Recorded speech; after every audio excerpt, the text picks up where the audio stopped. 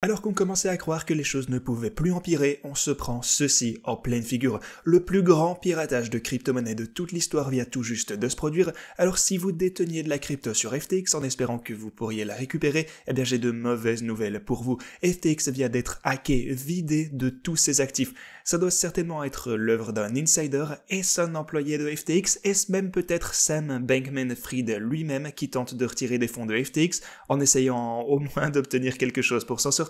Comme vous le savez, il est passé d'une valeur nette d'environ 30 milliards de dollars à un patrimoine de 3 dollars seulement. On en parlait hier sur Twitter, ça nous fait à peu près 2 cheeseburgers et c'est pas beaucoup. Alors, est-ce que c'était Sam lui-même? Les gars, aujourd'hui on a énormément de choses à se dire, je vais passer en revue tout ce que vous devez savoir actuellement, alors restez par ici, c'est une vidéo importante. Donc bienvenue à tous, je m'appelle Maxime et je vous apporte chaque jour des nouvelles vidéos en français sur les crypto-monnaies en vous apprenant comment vous faire de l'argent sur ces marchés. Si vous êtes nouveau sur cette chaîne, alors soyez sûr de vous abonner et d'activer la cloche dès maintenant. Et ceci étant dit, aujourd'hui je voulais en fait vous parler davantage des marchés en eux-mêmes. Je voulais vous parler de ma stratégie et comment je nous vois aller de l'avant et comment on peut toujours se faire du profit sur le marché.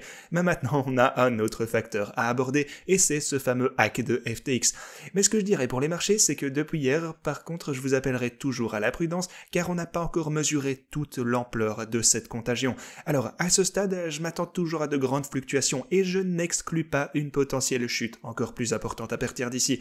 Mais ce que je dirais également, c'est que cette boîte orange résiste extrêmement bien, ça m'impressionne. Il y a d'énormes quantités d'ordres d'achat dans ces alentours et c'est cool. Il y a beaucoup de gens qui veulent acheter du bitcoin vers cette boîte orange. Et oui, je vois bien ici qu'on est en train de former un petit triangle incliné vers le bas comme ceci, mais je suis tout de même très fier de cette boîte orange qui maintient un petit peu la crypto en vie pour le moment. Mais si ça devait échouer, on pourrait tout de même s'attendre à une grosse baisse, peut-être jusqu'aux 13 000 $. Je suppose que c'est vraiment le prochain niveau de support important pour le bitcoin. Mais ouais, quand même, le fait qu'au milieu des pirates qui vendent des millions de dollars, des centaines même de millions de dollars en crypto sur le marché libre, on a la contagion des fonds d'investissement qui ont implosé, les exchanges qui se font pirater et les plateformes qui deviennent insolvables, la deuxième plus grande plateforme crypto qui déclare officiellement faillite, eh bien au milieu de tout ça, la boîte orange maintient toujours le prix du bitcoin et c'est vraiment impressionnant, même surprenant, mais c'est agréable à voir.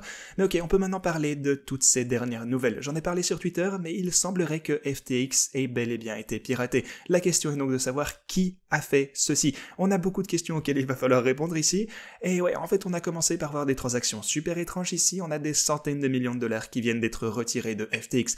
Maintenant, on sait qu'ils ont ouvert les retraits pour les citoyens ou plutôt les résidents des Bahamas, ainsi que les personnes qui travaillent pour la plateforme, mais c'est vraiment autre chose car les montants sont bien trop énormes ici. Là, c'est l'un des principaux wallets détenant actuellement 361 millions de dollars de crypto qui viennent d'être piratés, parce que ce qu'ils ont fait également, c'est qu'ils ont swappé du USDT, parce que vous savez que le USDT peut être gelé, et ils ont obtenu du DAI, qui lui ne peut pas être gelé de la même manière par Tether. Alors ils ont commencé à dumper tout ceci, et ils ont également permuté du ST Ethereum pour de l'Ethereum en engendrant un énorme slippage. C'est vraiment le point principal. Si c'était pas un hack, pourquoi est-ce qu'ils se débarrasseraient de tout ceci aussi vite sans se préoccuper des frais encourus? Surtout qu'avec autant de slippage, vous perdez presque de l'argent en vendant. C'est super bizarre. Aucun liquidateur ne prendrait des mesures comme celle-ci. Maintenant, le liquidateur auquel il fait référence, c'est avec toute cette histoire de Sam Bankman-Fried qui a déclaré faillite hier. Ils sont donc officiellement en faillite en ce moment même. Aussi, SBF a démissionné de son poste de PDG et un liquidateur a pris la place de diriger l'entreprise pendant cette période de faillite, et ce liquidateur ne se débarrasserait simplement, probablement pas en tout cas, de tous ses jetons de cette manière. Quelqu'un a également envoyé un message super étrange ici en disant rug pull all. Alors, qu'a déclaré le véritable liquidateur? Eh bien, il dit qu'il ne reconnaît pas ces transactions et il est en train d'étudier pourquoi on est en train de voir toutes ces transactions qui se produisent à partir de FTX, en sortie de FTX. Et c'est pas tout. Non seulement ils ont piraté les portefeuilles de FTX, mais ils ont également piraté l'application ainsi que leur site internet. Alors, si vous êtes un utilisateur de FTX, je suppose que vous le savez déjà, mais je vous le rappelle, n'utilisez pas leur wallet, n'utilisez pas l'application, n'utilisez pas le site web, ils sont tous compromis, supprimez-les le plus vite possible. Et est-ce qu'on a une communication officielle de la part des ressources de FTX? Eh bien, sur le chat Telegram, le salon officiel de FTX, ils ont confirmé que la plateforme avait été piratée. Tous les fonds semblent avoir disparu et les applications présentent des logiciels malveillants, alors supprimez-les, le chat reste cependant ouvert. N'allez pas sur le site web FTX car il pourrait également télécharger des virus. Alors, qui a drainé tous ces fonds? Qu'est-ce que Sam Bankman-Fried a à dire à ce sujet? Eh bien, lorsqu'il a été interrogé, il a simplement répondu avec 3 points d'interrogation, vraiment pas très rassurant. Ça soulève donc la question, Était-ce peut-être Sam lui-même qui a vidé les comptes pour essayer de s'en sortir? À ce point, on doit simplement supposer qu'il s'agit du travail de quelqu'un qui avait déjà accès à davantage de choses, comme un accès à la racine du site internet et la clé d'accès de publicateur pour l'application. C'est presque impossible que tout ceci ait été stocké en ligne sur un système connecté. Il doit donc y avoir quelqu'un à l'intérieur du système qui peut pirater les fonds pour essayer de les redistribuer aux gens, ou peut-être simplement pour les garder pour lui-même, on n'en sait rien. Peut-être que c'est Sam lui-même, on ne sait pas à ce stade. Ce qui est encore plus étrange par contre, c'est que l'avocat général dit que cela a été planifié à l'avance, se contredisant directement avec ce qu'il avait déclaré quelques heures auparavant.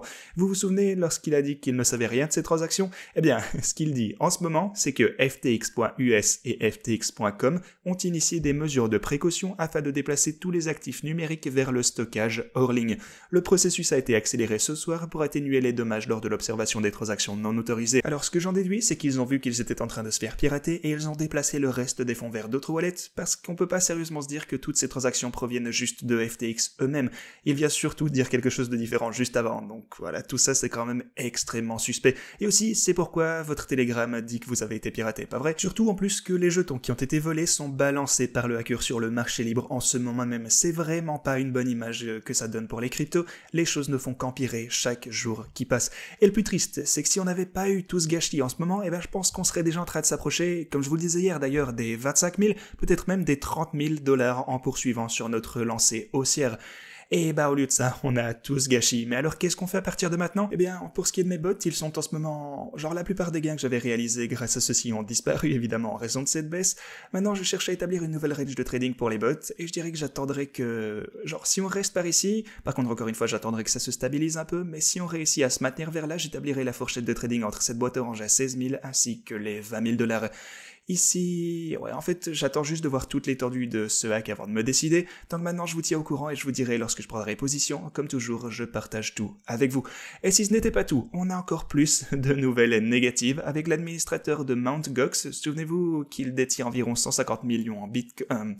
Non, attendez, plutôt 150 000 bitcoins, plutôt d'une valeur d'environ 2,5 milliards de $, c'est vraiment pas rien, et il va finalement commencer à redistribuer ce bitcoin aux gens qui avaient été impactés par le hack en question. Donc voilà, encore plus de pression de vente, comme si on avait vraiment besoin de ça. Mais les gars, je ne cesse jamais de croire au bitcoin, j'y crois toujours, je pense juste que ça va nous prendre plus de temps maintenant, jusqu'à ce qu'on recommence enfin à trouver cet élan haussier qu'on attend tous, car simplement on n'a pas encore vu la contagion complète, on n'a pas vu les conséquences de la chute de FTX et Alameda Research, on n'en a pas fini avec les mauvaises nouvelles pendant encore un moment, je pense, honnêtement. Mais voilà le truc, en regardant en arrière, d'ici peut-être 5 ans, eh bien je pense que cette boîte orange aura toujours été une énorme opportunité d'achat qu'on aurait voulu saisir. Il nous aura juste fallu un peu plus de temps pour atteindre des niveaux supérieurs, mais acheter à ce niveau est certainement quelque chose que je compte faire pour mes propres avoirs au long terme. Alors voilà, je voulais juste vous rassurer que je n'ai pas arrêté de croire aux crypto-monnaies.